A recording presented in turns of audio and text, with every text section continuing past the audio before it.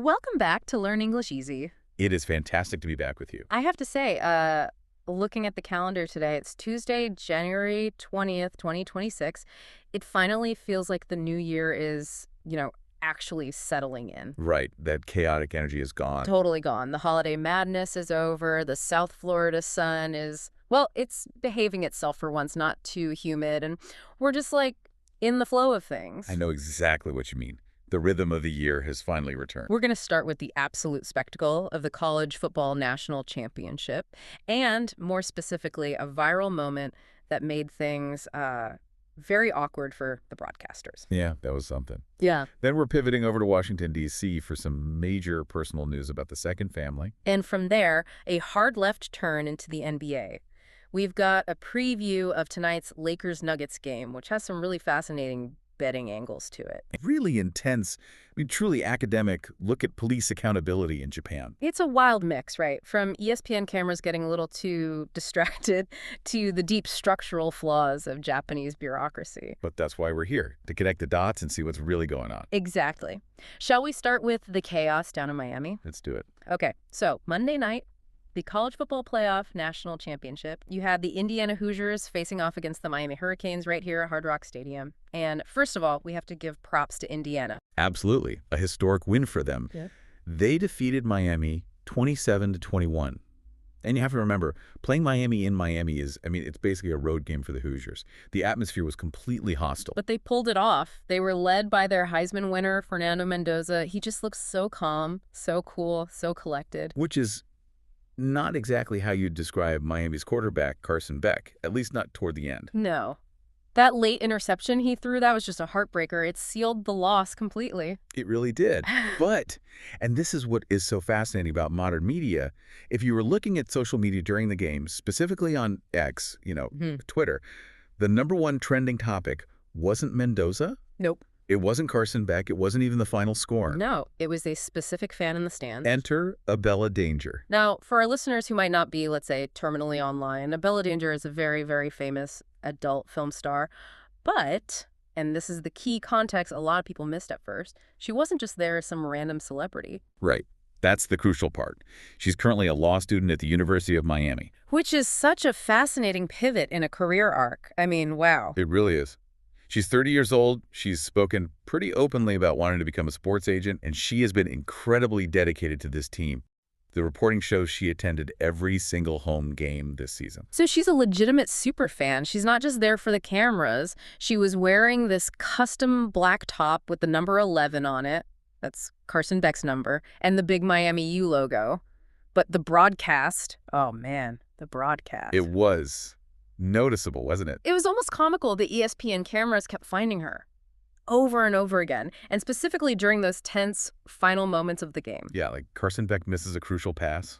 Pan to Abella Danger looking stressed. Exactly. Timeout on the field. Quick shot of Abella Danger. It felt relentless. And that, of course, sparked this massive debate online. You had thousands of people tweeting things like, ESPN is so unapologetically horny for this. Yeah. Right. It became this whole meta commentary on what the producers were choosing to show us. It reminded me a bit of the Taylor Swift coverage at the NFL games, but with a very different kind of energy around it. A very different vibe, yeah, given her background.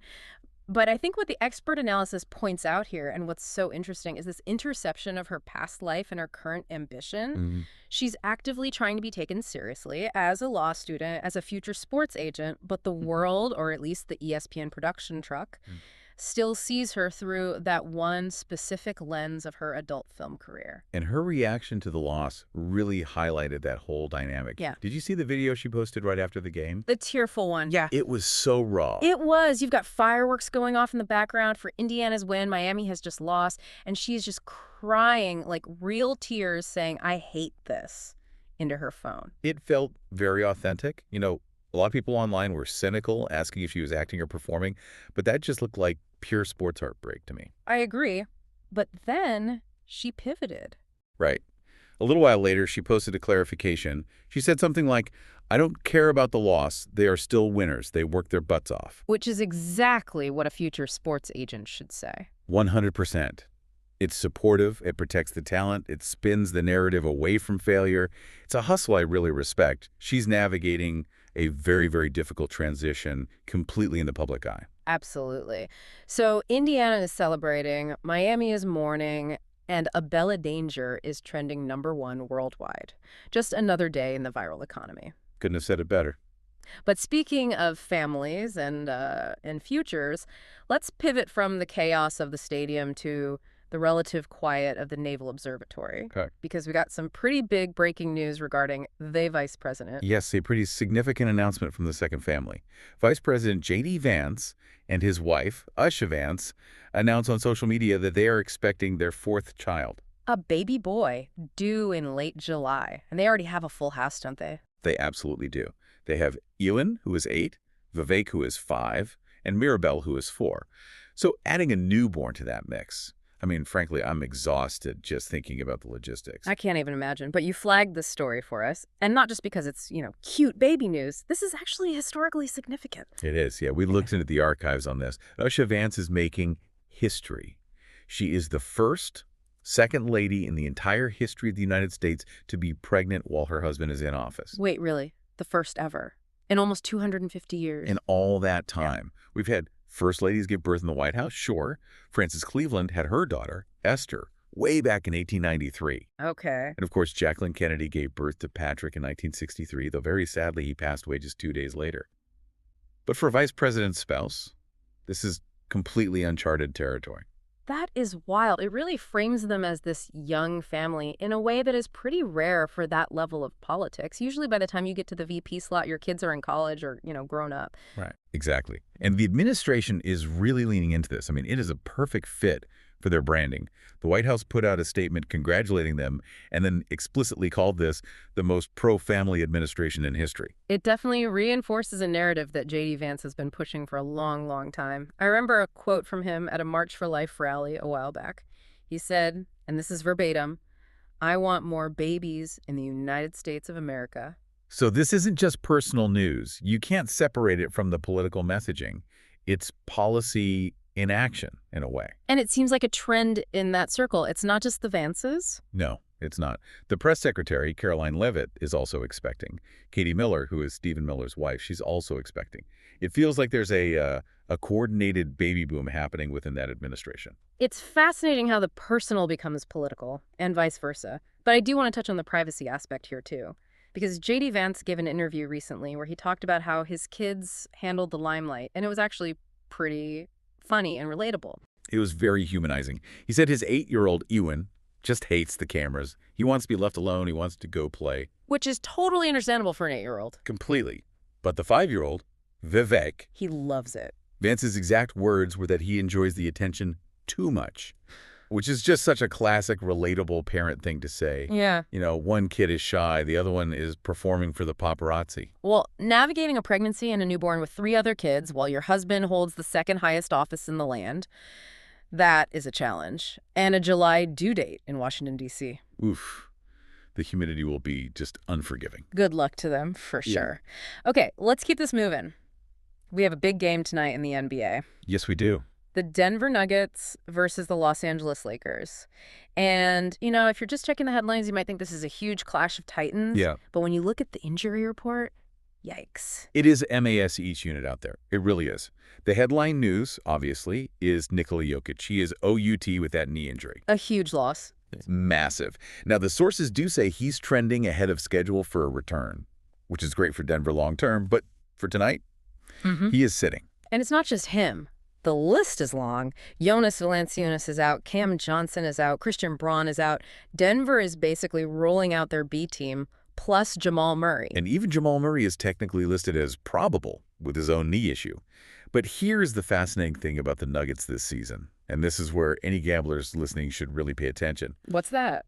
They are oddly good when they are the underdogs. I saw that stat. It's wild. They are 4-1 against the spread when they are underdogs of 3 points or more. That makes absolutely no sense. You lose the best player on the planet, and you somehow cover the spread. It really speaks to their system and that whole next man up mentality. You've got Peyton Watson, who's been averaging over 22 points a game in the games without Jokic. They just find ways to score. They're still the league leaders in scoring offense, even with all these injuries. That's incredible coaching. So on the other side, you've got the Lakers. They're sitting at 25-16. Austin Reeves is out tonight, which definitely hurts their spacing and their shooting. But they do have Luka Doncic and LeBron James healthy. And that is the terrifying duo. Luka is just an offensive engine unto himself, averaging over 33 points a game. But the real narrative intrigue tonight, I think, isn't about Luka. It is all about LeBron James. Oh, man, the disrespect. The news just dropped on Monday. Yeah. LeBron found out he is not going to be an all-star starter. For the first time in his 23-year career. It's insane. It really feels like the end of an era in some ways. But knowing LeBron, knowing his history, how do you think he responds to something like that? Oh, he is going to try to drop 40. 100%. This has revenge game written all over it, even if the revenge is against, the fans and the media who voted, and not really the Nuggets. Exactly. The betting markets seem to agree. The Lakers are slight favorites, about -2.5 or -3, depending on which book you look at. Right. But keep an eye on that specific prop bet for LeBron's total points. It's set at over 23.5. With the snub fresh in his mind and Denver lacking their primary rim protection without Jokic and Valanciunas, he might just live in the paint tonight. It's going to be really fun to watch. Tip-off is tonight at Ball Arena in Denver. Okay. Are you ready to switch gears? And I mean, like, really switch gears. I am ready. We are going from basketball stats and prop bets to a deep, dense academic analysis of the Japanese police system. A natural transition, surely. The most natural. So we are looking at a paper from the 2025 Meiji Journal of Governance Studies. It's by Dr. Yoshiki Kobayashi, and the topic is heavy. It's the assassination of former Prime Minister Shinzo Abe back in July of 2022. This is a really crucial piece of research because it moves beyond just, what happened on that day. It asks, why did the system fail to prevent it? And maybe more importantly, why was the accountability so messy and confusing afterwards? Right. So, quick refresher for anyone who needs it. Shinzo Abe was shot while giving a campaign speech in the city of Nara. The shooter used a homemade gun. It was just a massive, shocking security failure. A catastrophic failure. But Dr. Kobayashi's paper really focuses on what happened after the shooting. Specifically, the chaos of information, or the lack thereof, and then the punishment. Exactly. The paper highlights that the very first press conference by the local Nara police didn't happen until 30 hours after the assassination. 30 hours? 30 hours. And the National Police Agency, these are the big bosses in Tokyo, they took 4 full days to face the press. Okay, now compare that to, say, the Boston Marathon bombing. The paper makes this direct comparison. That's a stark one. In Boston, you had the mayor, the governor, the police commissioner, all of them holding press conferences within, 2 hours? They were constantly updating the public. In Japan, just silence for days. So why the difference? This is where we get into the core of the argument, what Dr. Kobayashi calls the chain of accountability. He argues that in a healthy democracy, accountability should flow upwards. The police answer to elected officials, and the elected officials answer to the voters. It's a clear line. Right. In the U.S., a police chief is usually appointed by the mayor. So if the police mess up badly, the mayor looks bad. So the mayor has a huge incentive to demand answers, and if the public isn't satisfied, they vote the mayor out. It's a direct line of consequence. But in Japan, it's, well, you called it glitchy. I think that's a good word. It seems intentionally complicated. It is. It's insulated. So Japan has this body called the National Public Safety Commission, or the NPSC. On paper, they oversee the police, and their stated purpose is to ensure political neutrality. Which sounds good, right? I mean, you don't want the police force becoming a private army for the prime minister. Exactly, and that entire design comes directly from the trauma of World War II, where the military and the police were used as a political weapon by the state. So, post-war, they designed a system where politicians can't easily touch the police leadership. So the NPSC is like a shield. It's a shield. The politicians can't just fire NPSC members easily, and the public certainly can't vote them out. They're not elected. So this creates what the paper calls nominal decentralization. On paper, the Nara prefectural police are a local force. But in reality... In reality, the chief of police in Nara is a career bureaucrat who was sent there from Tokyo. He doesn't really answer to the governor of Nara. His career, his pension, his future, it all depends on the National Police Agency back in Tokyo. So it's de facto centralization. It's centralized in practice, even if not on paper. Precisely. So think about what happened after Abe was assassinated. The local Nara police chief, he resigned. and he took a formal salary cut. He was punished. Okay, that makes sense. But the head of the entire national police agency, the guy in Tokyo who's ultimately in charge of the system, he wasn't formally punished at all. He voluntarily resigned. And that is a huge, huge distinction. It's everything. Voluntarily resigned means he keeps his full pension, his reputation remains more or less intact, and legally, he wasn't found to be at fault. The local guy takes the fall. So the paper argues this creates a massive accountability vacuum. A total vacuum. Because the MPSC is so protected, when a massive failure like this happens, there's no real mechanism for public anger to result in structural change at the top. The prime minister can't easily fire the police heads because that would look like political interference, which is the very thing this system was designed to stop. So everyone just points fingers at the local level, the local guy resigns, and the actual system in Tokyo remains completely unchanged. Exactly. And the really scary part is, the paper points out that because the system didn't actually change or learn from this, we saw a repeat incident. Right. In April of 2023, someone threw an explosive device at the current prime minister, Fumio Kishida. Which suggests that the failure to protect Abe wasn't just a one-off mistake by a few guards on a bad day. It was a systemic, institutional inability to adapt and improve security protocols because that accountability loop is broken. That's the real aha moment for me in this research. We look at these events as these terrible tragedies caused by a lone gunman. But the response to the tragedy and the ability to prevent the next one is dictated by a bureaucracy that was designed 80 years ago for a totally different problem. Precisely. And speaking of the gunman, Tetsuya Yamagami, there is another fascinating layer to this deep dive. And that's the public sentiment in Japan, which was surprisingly divided about him. Yeah, we have some data here from the Yomiuri Shimbun. They did an analysis of posts on X on Twitter about the shooter, and it was not just universal condemnation. No, it wasn't. Far from it. They analyzed a batch of posts and found that over 700 of them actually expressed sympathy for him. And we should remind everyone, his motive was linked to his mother, who had bankrupted their family by giving all their money and donations to the Unification Church, which Abe had publicly supported. Right. So a lot of people saw him not just as a killer, but also as a victim of a predatory organization that the government had failed to regulate. But then you had this other group. The analysis found 800-plus posts that called it terrorism, that demanded the harshest punishment, and that completely rejected any kind of tragic hero narrative. It really split the country. It created this very uncomfortable public conversation.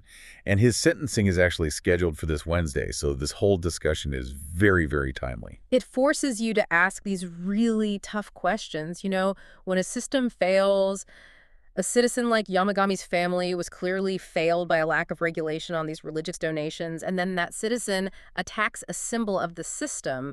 How do we, as a society, process that? It's just tragic all around. It really is. And it seems like this underlying tension in Japan, this push and pull between security and politics, is a major theme right now. Because moving to our next segment, Japan is making some serious moves that are making its neighbors very, very nervous. This connects right back to that post-World War II pacifism we were just talking about. Japan has had these 3 non-nuclear principles for decades. Right. No possessing, no producing, and no allowing nuclear weapons into Japanese territory. Yeah. It's been a cornerstone of their foreign policy. But now, the new Prime Minister, Sanae Takaichi, is actively reviewing those principles, specifically when it comes to submarines. Yes. The new administration is looking into introducing submarines with, and this is the quote, next-generation propulsion. That is diplomatic code for nuclear technology. And I can only imagine that North Korea and China are thrilled about this development. Oh, quite the opposite. North Korea released a statement calling it a dangerous stage of remilitarization. They even invoked the Greater East Asia Co-Prosperity Sphere, which is just heavy, heavy historical baggage referring to Japan's imperial era. Wow. And China's foreign minister slammed Takaichi for her recent remarks on Taiwan, too. It really feels like the temperature in their whole region is just ratcheting up. It is a very delicate balance. From Japan's perspective, they feel threatened by the current security environment, so they want better military technology. But from their neighbor's perspective, that same technology looks like a return to aggression. And internally, breaking those non-nuclear principles is a massive psychological shift for the Japanese public. It is just wild how history keeps looping, isn't it? We're sitting here talking about World War II constraints on their police, World War II constraints on their military. It's all still defining the political reality of 2026. History is rarely past tense. It's usually present continuous. That's a bumper sticker right there. History is present continuous. I like that. Okay, before we wrap things up, we have one more story about politicians behaving badly, or at least very, very carelessly. This time, we're going to Finland. Yes, a racism scandal that is rocking the Finnish government. The Prime Minister, Petteri Orpo, had to issue a formal public apology. And this was about social media posts from lawmakers from the Finns party, which is a key part of his ruling coalition. They were posting photos, making those pulling back the corners of the eyes gestures in 2026. It is just disheartening, and it comes right on the heels of a Miss Finland title holder, a woman named Sarah Jose, losing her crown for a very similar photo. Her caption was, "Eating with a Chinese person." Oof, that is just blunt, overt racism. It is, and the backlash was immediate, and it was international. You had people in China, Japan, South Korea, all over Asia, really launching petitions calling for boycotts of Finnish products. And this ties right back to our theme of accountability, doesn't it? The Prime Minister apologized, but these are elected officials in his own coalition. Exactly. He's apologizing for them, but can he actually control them? It exposes the downside of these coalition governments, where you sometimes have to partner with fringe parties just to stay in power. You end up inheriting all their baggage. And in a digital age, a racist joke made by some backbencher in Helsinki becomes a full-blown diplomatic incident in Beijing within minutes. It really shows that you can't just post and ghost when you're in public office anymore. The world is always watching. The world is always watching. So let's try and bring all this together. We have covered a lot of ground today. We certainly have. We started with Abella Danger and the viral nature of modern fame, how a few shots from ESPN's cameras created a moment that blurred the lines between sports, entertainment, and, well, reality. Then we looked at the Vance pregnancy, a deeply personal moment that is also a very public political statement about pro-family values and the image of an administration. We analyzed the Lakers and the Nuggets, a game where injuries and a personal snub are driving the narrative much more than the actual team stats. And then that heavy, heavy deep dive into Japan's police system. The idea that a chain of accountability is fundamentally broken because it was designed to be too safe from politics. And finally, we touched on the geopolitical tensions of nuclear submarines and the cultural insensitivity and racism scandal coming out of Finland. It is a lot to digest, but I think there is a thread that runs through all of it, and it's about responsibility. I agree. Whether it's a quarterback owning an interception or a prime minister owning a major policy shift or a police chief owning a catastrophic security failure. So here's the thought I want to leave you with today. We talked a lot about systems, the NPSC in Japan, the coalition government in Finland, even the system of viral fame in media. The question is, does the system actually allow us, the public, to hold our leaders responsible? Or is the apology, the resignation, or the official statement just theater? Is it just a performance to make us feel like justice happened while the machinery keeps grinding on in exactly the same way as before? That is the uncomfortable question, isn't it? Are we participating in real accountability, or are we just watching a play? Something to mull over while you're stuck in traffic or doing the dishes. Thanks for diving in with us today. Keep questioning the system. See you next time on The Deep Dive.